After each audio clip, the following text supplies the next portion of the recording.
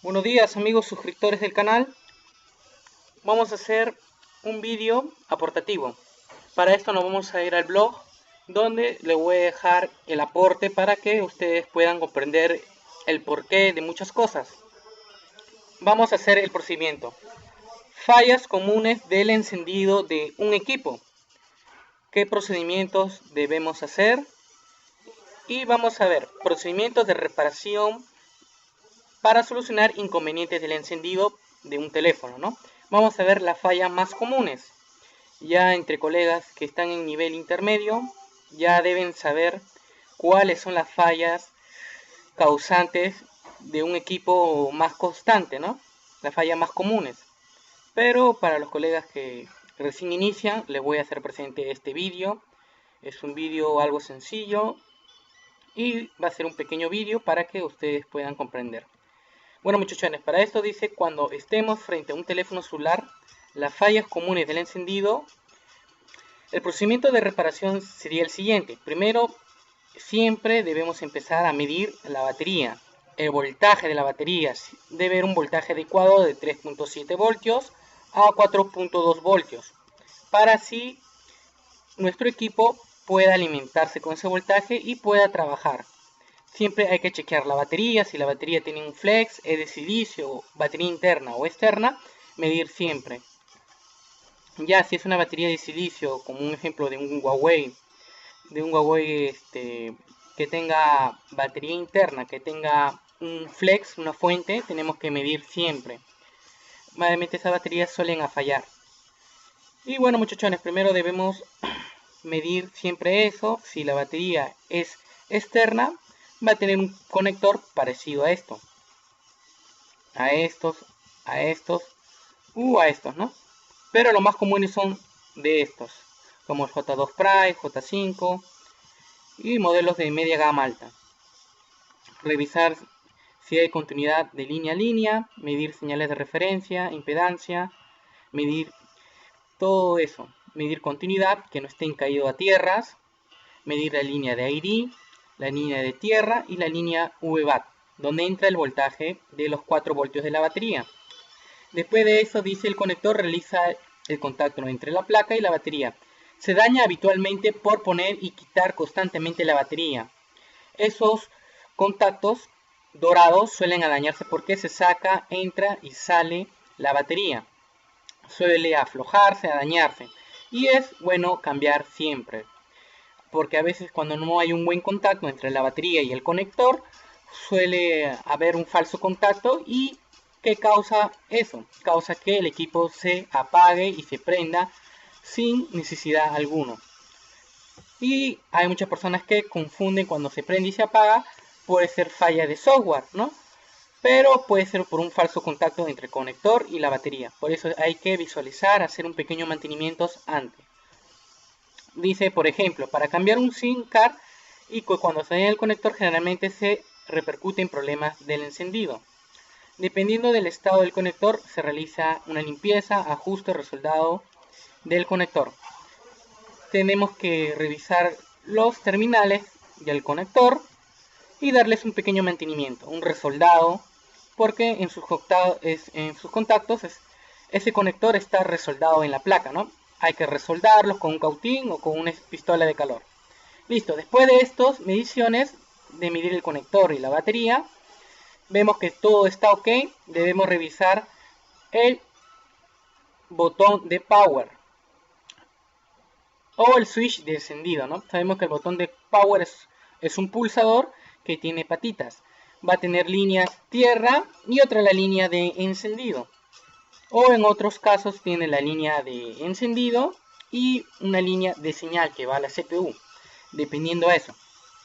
Todo switch de antena va a trabajar de la siguiente manera: utilizar un multímetro digital, fijarlo en la escala de continuidad y medir los dos contactos de encendido. Al accionar el switch, al presionar, pulsar el botón, se debería observar el cambio de estado, el no continuo y continuo. O sea, debe dar continuidad, debe pitar el multímetro a la hora que pulsemos el botón, y a la hora que dejemos de pulsar debe abrirse. no debe dar continuidad. En caso que no cambie el estado, implica que el switch se encuentra dañado, se encuentra que este botón de power, este switch, este interruptor, se debe cambiar. Debemos visualizar que no haya sulfato, que no haya nada. Vemos que en esta parte, déjame ver, que en esta parte vemos que nosotros podemos medir en ohmios, en continuidad.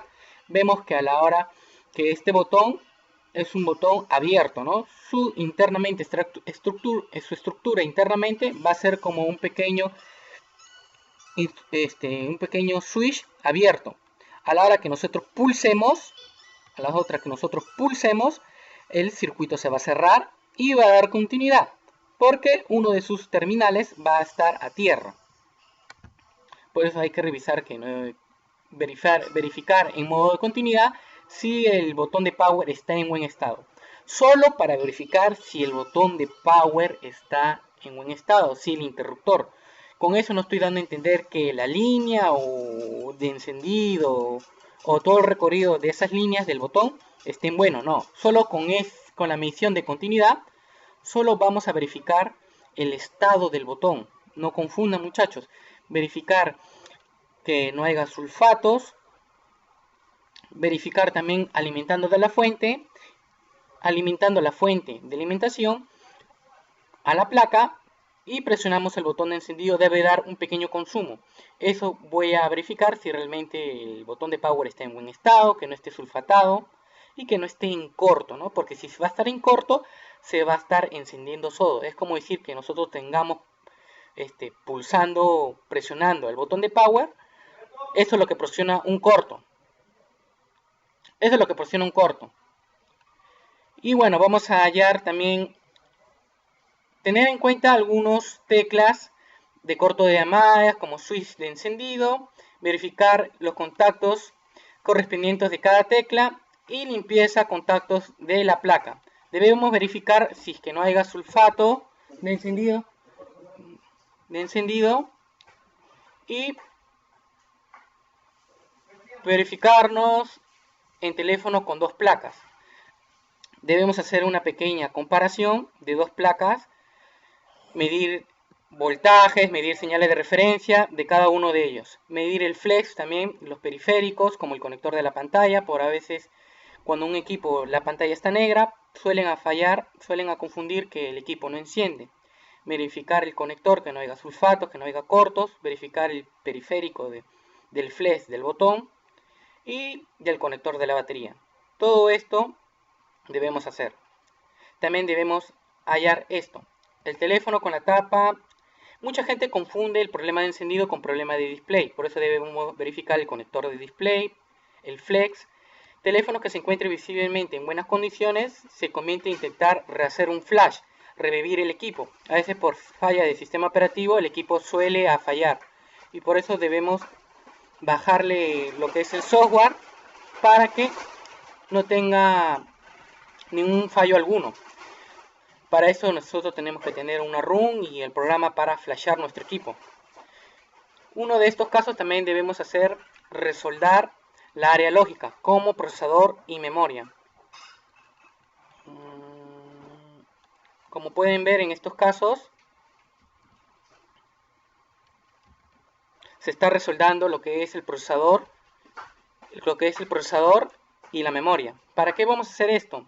A veces cuando el equipo suele a tener una caída, el circuito VGA internamente suele a levantarse sus packs y suele haber un falso contacto. O cuando le cae agua, suele a sulfatarse esos puntitos de soldadura del circuito integrado como procesador y memoria. Por eso es bueno resoldarlo, hacerle un buen contacto a la placa o si no cambiarle la soldadura, como haciéndole un pequeño revaling. Siempre hay que resoldar en caso cuando el equipo está muerto. Para eso tenemos que revivir el equipo dándole un pequeño flash, ¿no? Cambiando el sistema operativo de nuestro equipo. Vemos que el teléfono con tapa tipo T, esto ya expliqué.